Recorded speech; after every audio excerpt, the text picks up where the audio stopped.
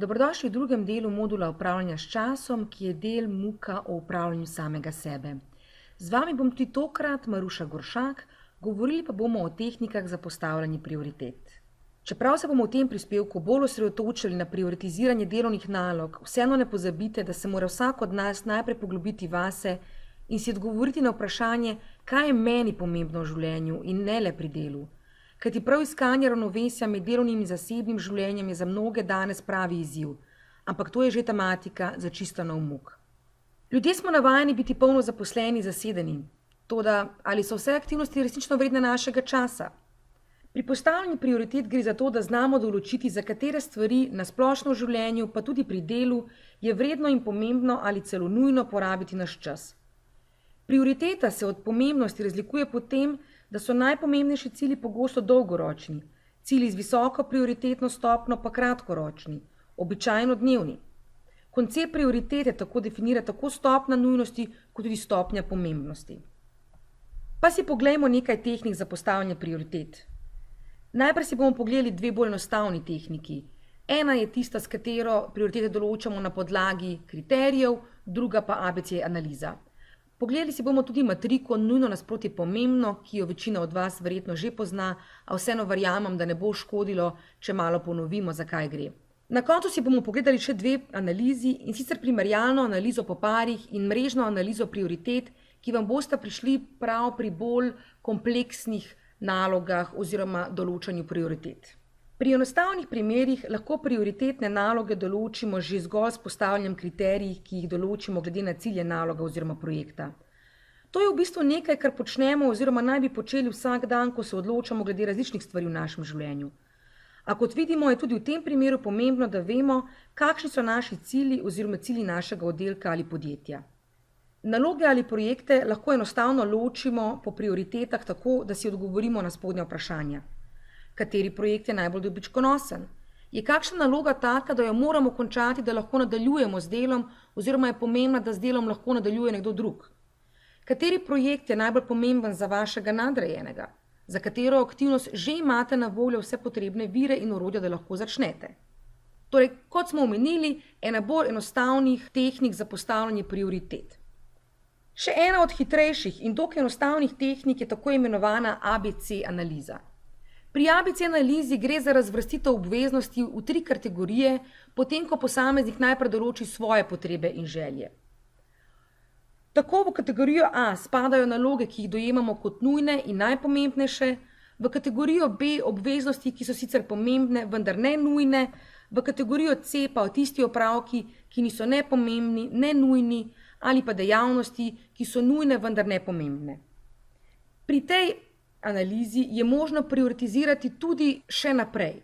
Torej, naloga A1 ima višjo prioritetno stopnjo kot naloga A2, naloga B1 višjo prioritetno stopnjo naloge B2 in B3 in tako naprej. Ker pa večina situacij ni tako enostavnih, je dobro poznati tudi nekaj tehnik za določanje prioritet, ki jih predstavljamo v nadaljevanju. Prva med njimi je na videz zelo preprosto matrika nujno versus pomembno, njen avtor pa je vojaški general Eisenhower, ki je bil tudi predsednik ZDA v 60. letih 20. stoletja. V času svoje kariere je moral neprestano sprejemati odločitve o tem, kateri od mnogih nalog se mora posvetiti takoj, katere so pomembne z vidika doseganja dolgoročnejših ciljev, za katere bi potreboval tudi več časa, a morda niso tako nujne, da bi se jim moral posvetiti takoj, katere naloge pa lahko delegira drugim oziroma jih lahko pusti za kasneje ali celo popolnoma opusti. Tako je ustvaril tehniko določanja prioritet, ki nam omogoča, da naše aktivnosti razvrščamo glede na 2 kriterija. Ali je naloga nujna, pri čemer nujno pomeni, da zahteva našo takojšnjo pozornost. Nujne stvari delujejo na nas, mi pa se odzivamo.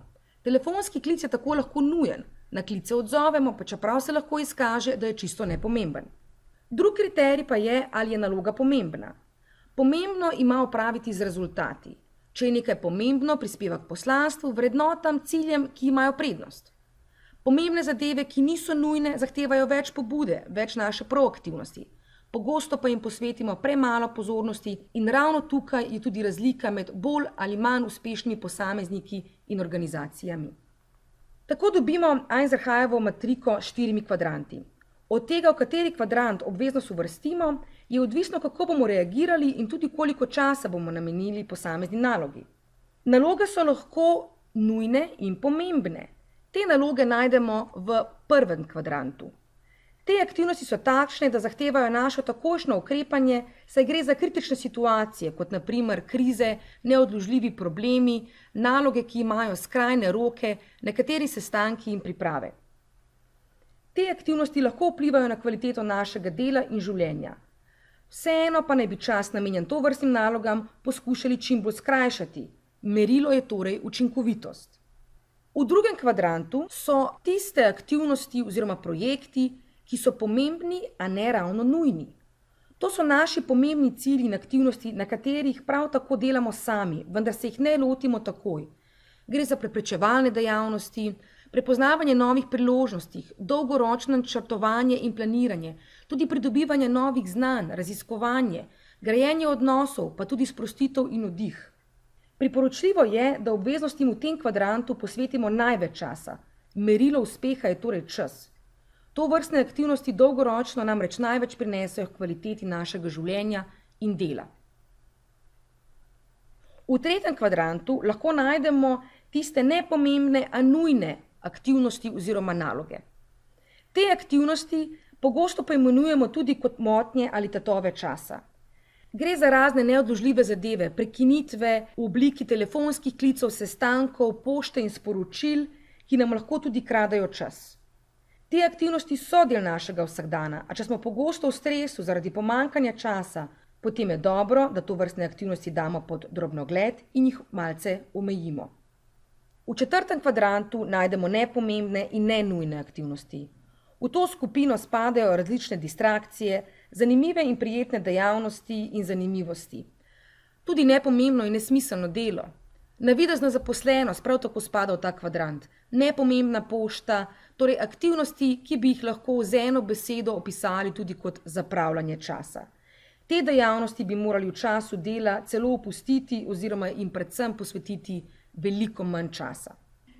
Seveda bi bilo najbolj idealno, zadovoljujoče in hkrati najmanj stresno, če bi lahko večino našega dneva oziroma delovnika preživeli v kvadrantu 2, tam, kjer opravljamo naloge, ki so pomembne, a ne nujne. To so naloge, kjer nimamo časovnih rokov in se jim lahko posvetimo, na koncu dneva pa imamo občutek, da smo nekaj naredili. A v realnem svetu večino časa posvetimo gašenju požarov in reševanju nujnih stvari v kvadrantu 1, ki direktno ali pa tudi ne vplivajo na naše delo. Ljudje, ki večino časa preživijo v kvadrantu 4, kjer zapravljajo čas za nesmiselno delo, lahko postanejo zafrustrirani. V tem kvadrantu se dokaj hitro znajdemo tudi, ko odlašamo, saj takrat najdemo 1001 nepomembno in niti ne nujno zadolžitev, ki bi jo lahko opravili, ko že ravno imamo čas. Najbrž se sprašujete, kaj pomenijo številke oziroma procenti v kvadrantih. Predstavljajo delež časa, ki ga uspešne organizacije in posamezniki posvetijo posameznim aktivnostim iz različnih kvadrantov. Strokovnjak Stephen Covey je tako ugotovil, da se največje razlike pojavljajo v kvadrantu 2 in v kvadrantu 3. Uspešne organizacije aktivnostim, ki so pomembne, a ne nujne, posvetijo 65 do 80% svojega časa, medtem ko običajna podjetja za naloge v tem kvadrantu potrošijo le do 15% časa. Razmerje je ravno obratno v kvadrantu 3, kjer se nahajajo nujne, a ne pomembne aktivnosti, za katere uspešna podjetja potrošijo le 15% svojega časa, medtem ko običajna podjetja in posamezniki za te aktivnosti potrošijo od 50 do 60% svojega časa. Vredno razmisleka? Vsekakor. Uspešni posamezniki oziroma podjetja namreč sledijo sledeči strategiji pri uporabi metrike nujno versus pomembno. Naloge, ki se nahajajo v prvem kvadrantu in so nujne in pomembne, razrešijo takoj oziroma še isti dan. Medtem ko naloge iz drugega kvadranta, ki niso nujne, a so pomembne za razvoj, razporedijo, za njih rezervirajo čas v urniku, da se jim lahko res posvetijo. Naloge, ki se nahajajo v tretjem kvadrantu, delegirajo. Torej tisto, kar je potrebno nujno narediti, a ni pomembno za vas oziroma vaše delo, predajte naprej, če je le možno. Naloge iz četrtega kvadranta, ki niso ne nujne in ne pomembne, pa opustite. Sedaj vam priporočam, da ustavite video in na prazen list papirja navedete čim več, a ne manj kot 10 aktivnosti, ki ste jih opravili včeraj. Nato jih razporedite v prazno matriko, ki jo najdete v dodatku tega modula, glede na kriterij nujno in pomembno. In? Prav zanima me, kaj boste ugotovili. V katerem kvadrantu vi preživljate največ svojega časa? Se vam vse naloge zdijo enako pomembne in nujne? Če ste imeli pri tem težave, še enkrat dobro premislite in si poskusite odgovoriti na spodnja vprašanja. Ali je ta nujna zadeva pomembna tudi za moje delo ali je zgolj urgentna za sodelavca, ki me prosi za pomoč? Ali imam kakšne nujne stvari, ki so pomembne za moje delo, ki bi se jim bolj splačalo posvetiti? Ali je kdo drug, ki bi lahko opravil to delo? Ali bodo in kakšne bodo posledice, če česa ne opravim takoj? Morda vam bo tako nekoliko lažje. V nadaljevanju vam predstavljam še 2 tehniki postavljanja prioritet, ki jo lahko uporabljate pri nekoliko bolj zahtevnih primerih, ko potrebujete bolj objektivno strategijo. Prva je tako imenovana mrežna analiza po parih, ki jo uporabimo, kadar želimo med seboj primerjati različne naloge, saj se nam vse naloge zdijo enako prioritetne. Pa poglejmo, kako se uporablja.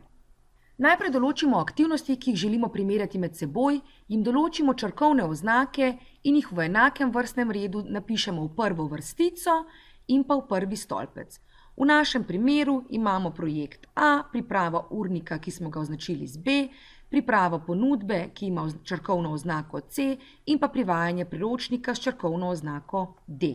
Nato izločimo celice, označili jih bomo sivo barvo, kjer med seboj primerjamo isto aktivnost. A z A, B z B, C z C in D z D. Ker vsako kombinacijo nalog primerjamo dvakrat, tudi v tem primeru izločimo eno celico in jo označimo sivo. Recimo, projekt A primerjamo s pripravo urnika B dvakrat. Tukaj in potem še enkrat tukajle. Enako naredimo tudi za vse druge ponavljajoče se kombinacije. V zadnji fazi med seboj primerjamo posamezne aktivnosti in v pripadajočo celico zapišemo črko aktivnosti, ki je najbolj pomembna. Pri tem uporabimo tudi lestvico od 0 do 3, ki še številčno ovrednoti razliko med aktivnostima. 0 torej pomeni, da ni razlike v prioriteti, 3 pa, da je velika razlika v prioriteti. Aktivnost A v našem primeru je torej pomembnejša od aktivnosti B in sicer za vrednost 2. Na koncu seštejemo vrednosti pred posamezno črko. V našem primeru je najbolj prioritetna naloga priprava ponudbe C, ki je zbrala 5 točk. 1 plus 2 plus 2 je torej enako 5. Še ena tehnika za postavljanje prioritet je mrežna analiza. Mrežno analizo uporabljamo v primerih, ko se odločamo med več podobnimi možnostmi. Tehniko sama uporabljam tudi pri kariernem svetovanju, kjer na podlagi vrednot, torej tega, kar je ljudem pomembno, oblikujemo kriterije, na podlagi teh kriterijev pa nato ocenjujemo različne možnosti. Pa si na primeru poglejmo, kako funkcionira ta tehnika. Najprej določimo po vsebini podobne aktivnosti, ki jih želimo primerjati med seboj, jim določimo črkovne oznake in jih zapišemo v stolpec. V našem primeru imamo tukaj nalogo A, nalogo B, nalogo C in nalogo D. V prvo vrstico pa navedemo najpomembnejše dejavnike, za katere ocenjujemo, da pomembno vplivajo na našo odločitev. V našem primeru so to izkušnje na tem področju, časovni okvir, zahtevnost naloge, promocijska vrednost naloge v prihodnosti in pa profitabilnost. V drugo vrstico bomo pri kategoriji vrednost dejavnika oziroma kriterij posameznemu dejavniku prepisali tudi številčno vrednost, glede na to, kakšen pomen ima za nas. Pri tem bomo uporabili lestvico od 1 do 5, pri čemer 1 označuje dejavnik, ki je komaj še pomemben, 5 pa dejavnik, ki je zelo pomemben. Enako vrednost lahko uporabimo večkrat. V našem primeru smo torej izkušnje na tem področju dali oceno 5, torej ta faktor je za nas zelo pomemben. Časovni okvir ima vrednost dejavnika 2, torej je manj pomemben ali skoraj da nepomemben, zahtevnost 4, promocijska vrednost je nekje na sredini, kar se tiče pomembnosti, in pa profitabilnost ima spet najvišjo oceno 5, kar pomeni, da je ta dejavnik za nas zelo pomemben. V naslednji fazi vsako nalogo ocenimo glede na posamezen dejavnik oziroma kriterij, pri čemer naloge primerjamo med seboj. Uporabimo lestvico od 1 do 5, pri čemer je 1 najnižja vrednost, 5 pa najvišja vrednost. Naprimer, nalogo A glede na naš kriterij izkušnje na tem področju ovrednotimo s številko 3, nalogo B s 5, nalogo C s 2, nalogo D s 4. Enako naredimo za ostale kriterije. Naprimer, pri kriteriju zahtevnost smo nalogi A dali vrednost 4, nalogi B 5, nalogi C 1 in nalogi D 3. V zadnji fazi oceno naloge vsaki celici pomnožimo z vrednostjo kriterija, ki je določen v drugi vrstici pod kategorijo vrednost dejavnika. Poglejmo si na konkretnem primeru. Imamo nekaj kriterijev: izkušnje na tem področju, časovni okvir, zahtevnost, promocijska vrednost in profitabilnost. Vsem tem kriterijem smo torej določili vrednost dejavnika. Vsako posamezno nalogo pa smo v prejšnji fazi tudi ocenili glede na posamezen dejavnik. Sedaj pa te vrednosti med seboj pomnožimo. Torej, nalogo A smo pri kriteriju izkušenj na tem področju ocenili s 3. 3 krat 5, kar je vrednost kriterija, je torej 15. Pri časovnem okviru smo nalogo A ocenili s 5. 5 krat 2 je enako 10. Pri kriteriju zahtevnosti smo nalogi A dodelili vrednost 4, prav tako je 4 tudi vrednost kriterija, 4 krat 4 je 16. Tako nadaljujemo, dokler ne dobimo skupne vrednosti. V tem našem primeru lahko vidimo, da sta največ točk prejeli nalogi A in B, ki sta torej naši top prioriteti. Ker je razlika med njima majhna, ju lahko primerjamo še med seboj in tako dobimo še bolj objektivne rezultate. Upam, da vam je bila katera od tehnik v pomoč, sicer pa si lahko več od njih preberete v sledečih prispevkih. In ne pozabite, posvetite svoj čas aktivnostim, ki prinašajo dobre rezultate in ljudem, s katerimi imate dobre odnose. Hvala za pozornost in lep dan.